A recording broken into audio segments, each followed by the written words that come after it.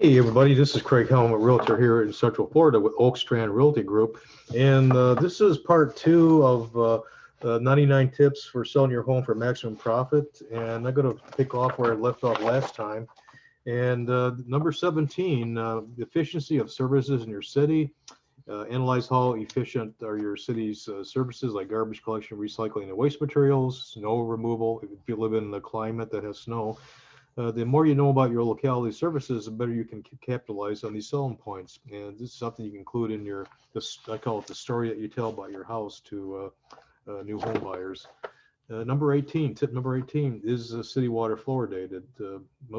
Most cities where water has been fluoridated have a lower incidence of tooth decay among school-age children. Remember that the intelligent buyer is taking a thorough inquiry of the community and the services. Tip number 19, find defects with your house. And that's the hidden defects. They may not be visible. Take note of any weaknesses that can be spotted by buyers when they visit. Go around your house several times and make sure you have covered every defect you've discovered. Never underestimate the buyer's ability to see through walls. Maybe they can. Tip number 20, mention your swimming pool. If your home comes with a pool, mention it. Swimming pools are the added value to a house, especially down here in Florida. But make sure that the pool is clean and there are no, floating algae or fungi when the buyers come to visit your home. Tip number 21, presence of a fireplace. A nice fireplace in your living room can go into the ad, and you can surprise your potential buyers when they come to visit.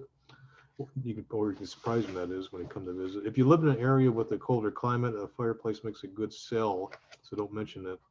But they do have fireplaces down here in Florida, and we do have some cool days during the wintertime, and people do use their fireplaces. Tip number 22, lubricate your garage door. Check whether your garage drive door mechanism works properly. Demonstrate to potential buyers that your garage is up to the top shape. Garage doors usually need to be inspected and lubricated once every 2 years. That depends on how recent your garage door and mechanism are. Tip number 23, keep your yards clean. When buyers look for a house, they generally concentrate on making adjustments inside the house. It is known to all that part of the house buying process is renovation. But when they see that the outside of the house also needs major attention, they could get discouraged. So keep the front and backyards clean and your grass healthy, green, and well manicured. That's a good selling point for your house. Tip number 24, list of recent renovations. Make a list of major and minor renovations you have made in the last 5 years to your house. Keep this list with you so when you give the house a tour, you can mention these renovations. Tip number 25, clean bathrooms. Pay attention to your bathrooms. Make sure they are good lighting, clean faucets, and a shiny bathtub.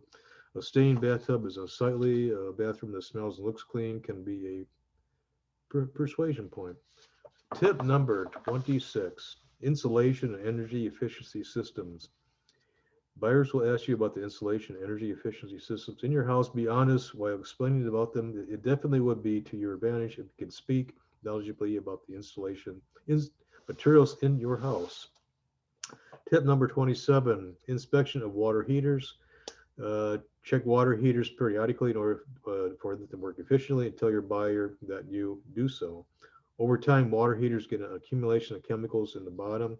Your sense of maintenance will be appreciated by the buyer. Tip number 27, lighting system. Even if you have the cutest house in an area with nice French bay windows, large backyard, and a large landing area, buyers will not be attracted if the lamps and chandeliers are old and unattractive. Replace all the old lights and lamps. Little fix-ups like that can go a long ways to persuading buyers and have them put in an offer. Tip number 28. Actually, I did that already. Tip number 29. Why are you selling your house? Before advertising a newspaper, or online, spend some quiet time to yourself so you can gauge your true feelings about why you want to sell your house. If you have compelling reasons that force you to sell, this may affect your position as a seller, and of course your position of negotiating the price for your home. As a property owner, you should always be in the driver's seat. So you might want to keep some things to yourself because that if a buyer gets a hold of that information, they can try to negotiate a lower price out of you.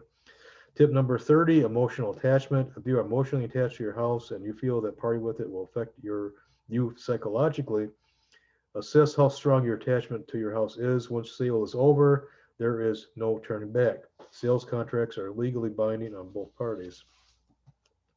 And again, that's something important you want to consider. Tip number 31, how strong is your nostalgia? A house is not only a physical structure, it is a refuge and reservoir of memories of a family that built a future together. If you will spend sleepless nights regretting the decision to sell because your home means that much to you, you might be risking your mental health. You might want to consider selling too. But anyway, that's tip 31. This is part 2 of the home sellers power tips, and this is a part 9. Part 2 of and the total is 99. So we'll have more in the series here.